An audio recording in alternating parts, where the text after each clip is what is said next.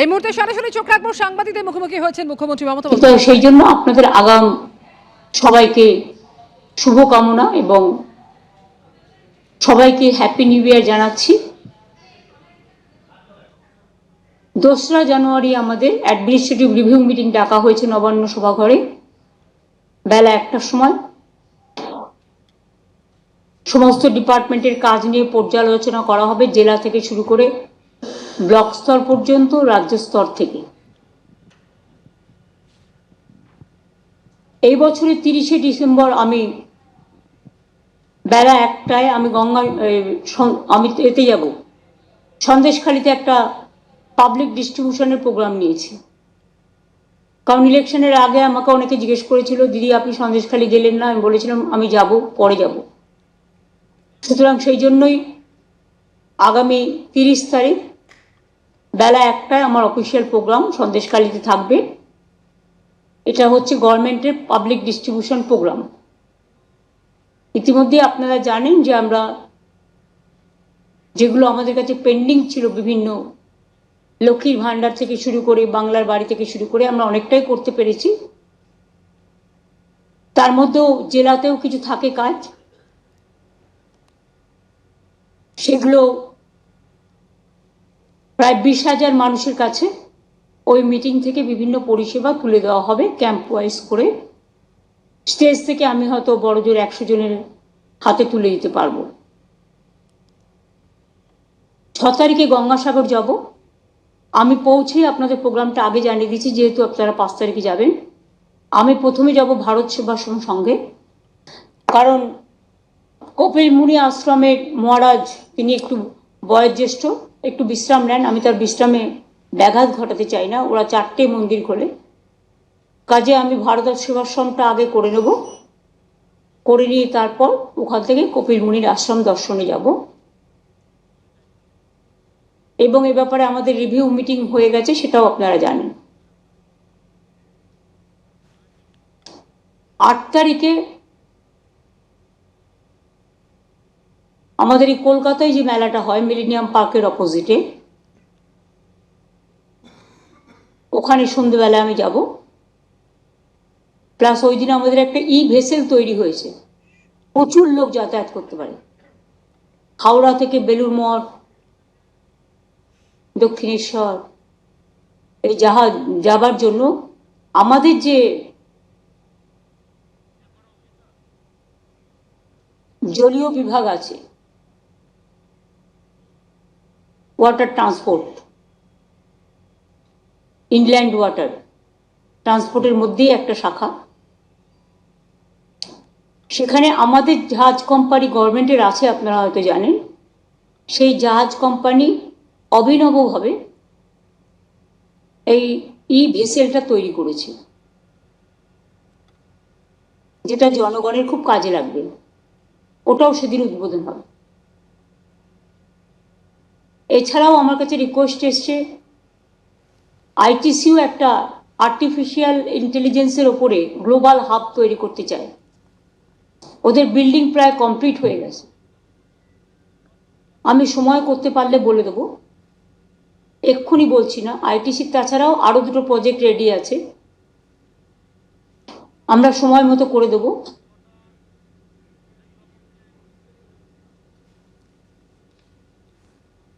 এছাড়াও আপনারা তো জানেন 13 তারিখ থেকে সবাই চলে যাবে গঙ্গাসাগর মেলার জন্য, কারণ 14-15 যে পুণ্য স্নান আছে তার ডিটেলসটা তো আপনাদের সাথে আমি আলোচনা করে নিয়েছি আগে, এগুলো অলরেডি বলাও হয়েছে। সুতরাং এই ইনফরমেশনগুলো আপনাদের পাশন করলাম।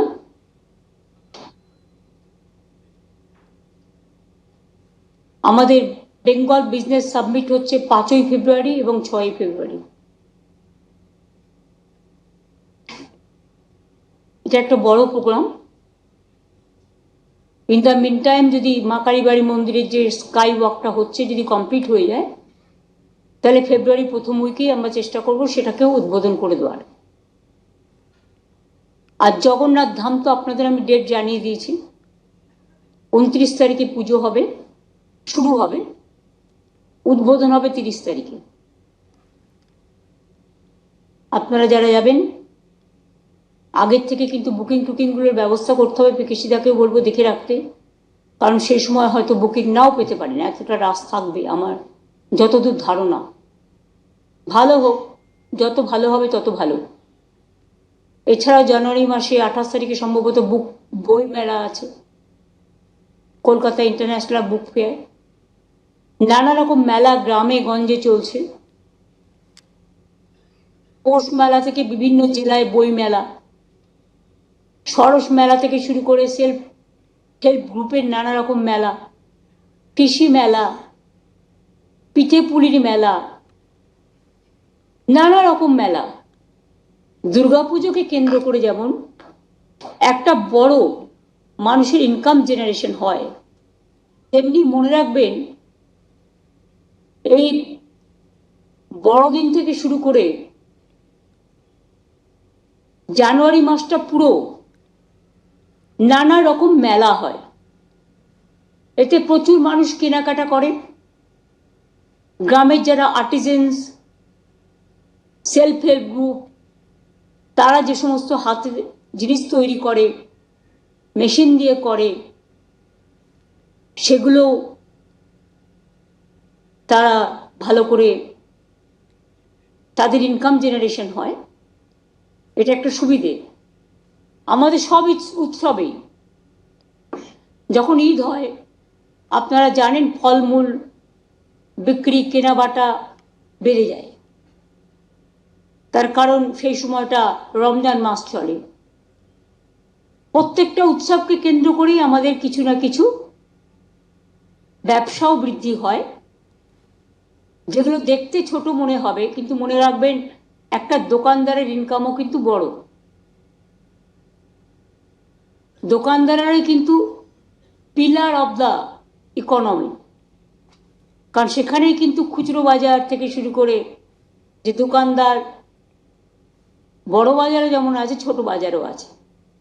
আজও পাড়ায় পাড়ায় মুদির দোকানগুলো আছে, মিষ্টির দোকানগুলো আছে, অন্যান্য দোকান হচ্ছে। সুতরাং এটা কিন্তু বাড়ছে। এগুলো বলা। আর মিষ্টি হাব, যেটা আমরা মিষ্টি, আপনারা জানেন একটা মিষ্টি ব্যবসায়ীদের জন্য একটা প্রোগ্রাম হয়েছিল, আমি নিজে গিয়ে উদ্বোধন করে দিয়েছিলাম। এবার তারা করছে দীঘায় 7, 8, 9 সম্ভবত জানুয়ারিতে। আমি ওখানে ডক্টর মানস ভূঁইয়া, অখিল গিরি ওদের যেতে বলেছি।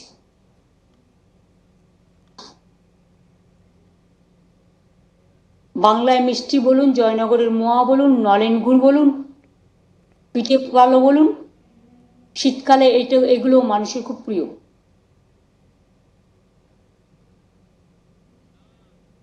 এছাড়াও আজকে ক্যাবিনেটে কয়েকটা আমরা ইন প্রিন্সিপাল ডিসিশন নিয়েছি। আলিপুর চিড়িয়াখানার ঠিক অপোজিটে, আগে আপনারা দেখতেন আলিপুর চিড়িয়াখানায় মাত্র একটা দরজা ছিল বেরোবার, একটা ঢোকার, কিন্তু আমাদের সরকার আসার পরে প্রায় 12টা আমরা গেট করে দিয়েছি, ঢোকার বেরোবার। তারপরে ওখানে একটা রোডওয়ে ব্রিজ যেটা বলা হয়, সেটাও করে দেওয়া হয়েছে। এবং কালকে প্রায় লক্ষাধিকের ওপর মানুষ চিড়িয়াখানায় এসেছিলেন। আজকেও আমি যখন বাড়ি থেকে আসছিলাম দেখলাম প্রচণ্ড ভিড়। সব জায়গাতেই মানুষ যান, কারণ বাংলার মানুষরা একটু ভ্রমণ ভালোবাসেন, বাচ্চাদের নিয়ে একটু বেড়াতে যাওয়া, দেখতে যাওয়া, এটা পছন্দ করেন। সুতরাং এই হিসেবে বিভিন্ন জায়গায় এখন লক্ষ লক্ষ মানুষের সমাগম হচ্ছে, এটাও একটা বড় ব্যাপার। মানুষ এই দিনগুলোকে খুব ভালোভাবে কাটানোর চেষ্টা করে। এবং এই আলিপুর চিড়িয়াখানার অপোজিটে একটা জায়গা আছে, ওখানে একটা ছোট্ট অ্যাকোরিয়াম ছিল, অনেক দিনের পুরনো, এবং অ্যানিম্যাল হাজবেন্ডারি, পশু চিকিৎসার একটা ছোট্ট জায়গা ছিল, কিন্তু বাদবাকিটা টোটালটাই আনইউজ ছিল। ওই জায়গাটায় আমরা একটা বিরাট বিগ বাজার করতে যাচ্ছি। ল্যান্ডটা আমরা জাস্ট ইন প্রিন্সিপাল এগ্রিড করেছি ওই জায়গাটা, কিন্তু যাই করুক ওখানে একটা ছোট্ট অ্যাকোরিয়াম থাকবে, আর পশু হসপিটালটা ওরা চিড়িয়াখানা জুয়ের জায়গায় ওরা করে নেবে। সুতরাং এখানে কোনো অসুবিধে হবে না। সব ডিপার্টমেন্ট কথা বলেই সিদ্ধান্ত নিয়েছে। দুই হচ্ছে, আপনারা অনেকেই জানেন না, আলিপুর মিউজিয়ামের অপোজিটে একটা জায়গা ছিল, সেখানে একটা বিরাট কাঠামো তৈরি হচ্ছে, যেটা লেদারের ব্যাগ, আমাদের সব লেদার ইন্ডাস্ট্রি তো বিরাট, 5 লক্ষ লোক কাজ করে, এবং সারা ভারতবর্ষে যত লেদার হাব সব কিন্তু এখানে এসে গেছেন। ফলে আমাদের লোকেরাই কিন্তু সমস্ত ব্যাগ থেকে শুরু করে, জুতো থেকে শুরু করে, চামড়ার বিভিন্ন দেশে এক্সপোর্ট করে। কিন্তু এটা তো বাংলার অনেক মানুষ পায় না হাতের কাছে, তাদের নানা রকম ব্র্যান্ডে কিনতে হয়। সেই জন্য আমরা মেয়েরা যাতে ব্যাগ পায়, ছেলেরা ব্যাগ পায়, জুতো পায়, ওই আলিপুর মিউজিয়ামের অপোজিটে যে কাঠামোটা, যে বিল্ডিংটা তৈরি হচ্ছে, ওটা আমরা অর্ধেক দেবো লেদারের জিনিস বিক্রি করার জন্য। ঘরের সামনে মানুষ পেয়ে যাবেন, মেয়েরা খুশি হবেন, ছেলেরাও খুশি হবেন। মেয়েদেরও যেমন চামড়ার জিনিস কাজে লাগে, ছেলেদেরও লাগে। আর অর্ধেকটা আমরা করব বাংলার শাড়ি, অর্থাৎ তাঁতিদের তৈরি। সব জেলা থেকেই কিছু না কিছু আসবে, যা ঘরের কাছে মানুষ পেয়ে যাবেন। সেটাও হচ্ছে। এই ধরনের অনেকগুলো জায়গাতেই অনেকগুলো জিনিস তৈরি হচ্ছে।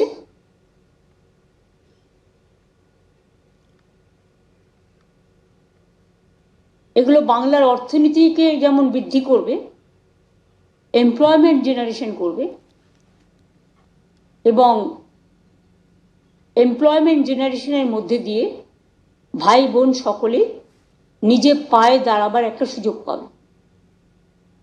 এবং তাছাড়াও আমাদের কলকাতাকে বাদ দিয়ে, ধরুন এখানে শপিং মল, বিগ বাজার সবই আছে, অন্যান্য যে জেলাগুলো আছে, সব জেলার হেডকোয়ার্টারে একটা করে বড় বিগ বাজার বা শপিং মল ওই টাইপের আমরা করার চেষ্টা করছি। জমিটা আমাদের, কিন্তু টেন্ডার করা হবে, ফ্র্যাঞ্চাইজি করে করা হবে। জমিটা আমরা ফ্রিতে দেবো, 1 একর করে জমি আমরা ফ্রিতে দেবো। যিনি করবেন, আমাদের টার্গেটটা হচ্ছে 2টো ফ্লোর সেলফ হেল্প গ্রুপকে দিতে হবে।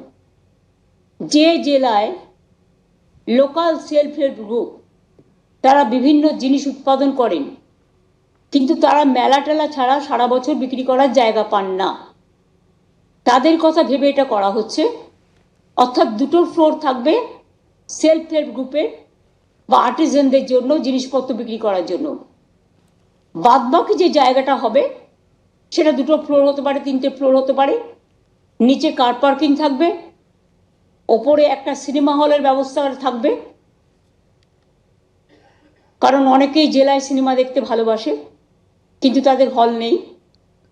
এতে আমাদের টলিউডও অনেকটা উপকৃত হবে, শিল্পীরাও হবেন। তাতে একটা কমিউনিটি হলও থাকবে, চা কফি রেস্টুরেন্টের মতোই সেগুলোও থাকবে। প্লাস তারা যে বিজনেস করতে চায় সেটা তারা করতে পারে, যেগুলো বাজার শপিং মলে পাওয়া যায়। তাহলে জেলায় জেলায় হেডকোয়ার্টারে একটা হয়ে গেলে খুব ভালো হবে। কারণ আমি এই শিক্ষাগুলো বাচ্চাদের থেকে নিই, পথ চলতে চলতে। আমার মনে আছে, আমি একদিন বাঁকুড়া টাউন দিয়ে আসছিলাম, একটি ছেলে দৌড়তে দৌড়তে আমার কাছে এলো, আমার হাতে একটা কাগজ দিল। আমি কাগজটা পড়ে দেখলাম তাতে লেখা আছে, দিদি আমাদের এখানে একটা শপিং মল হবে না? তখন থেকে এটা আমার মাথায় কাজ করছে। তাই জমি আমাদের অলরেডি সিলেক্টেড হয়ে গেছে। এখন যারা করবেন তাদের জন্য বাদবাকি আইনত প্রসেস মেনেই করা হবে, যাতে জেলাতেও ইনকাম এবং মানুষের বিভিন্ন জায়গায় যাবার একটা সুযোগ ঘটে। কারণ প্রত্যেকটা জেলায়, মনে রাখবেন, তার নিজস্ব ভাণ্ডারে সমৃদ্ধ। নিজস্বতায় সমৃদ্ধ। এই যে বিষ্ণুপুরে যে গানের মেলা হয়, বিষ্ণুপুরে যে উৎসব হয়, ইন্দ্রনীলকে পাঠিয়েছিলাম এবার ট্যুরিজম ডেভেলপমেন্ট মিনিস্টার। একদিকে পৌষ মেলা হচ্ছে, দেখুন তো কত লোক যাচ্ছে, প্রচুর মানুষ কেনাকাটা করে, টুরিস্টরা যায়। দার্জিলিংয়ে গিয়ে দেখুন জায়গা পাবেন না, কালিম্পংও তাই, কার্সিয়াংও তাই, মিরিকও তাই, জঙ্গলেও তাই। জঙ্গল, পাহাড়, নদী, এটা নিয়ে কিন্তু বাংলা, সবটাই আমাদের বাংলায় আছে। কাজেই আমি সবাইকে বলবো, শীতকাল, রাস্তায় একটু কুয়াশা থাকে, কুয়াশার সময় নাইট ট্রাভেলটা এড়িয়ে যাওয়া ভালো।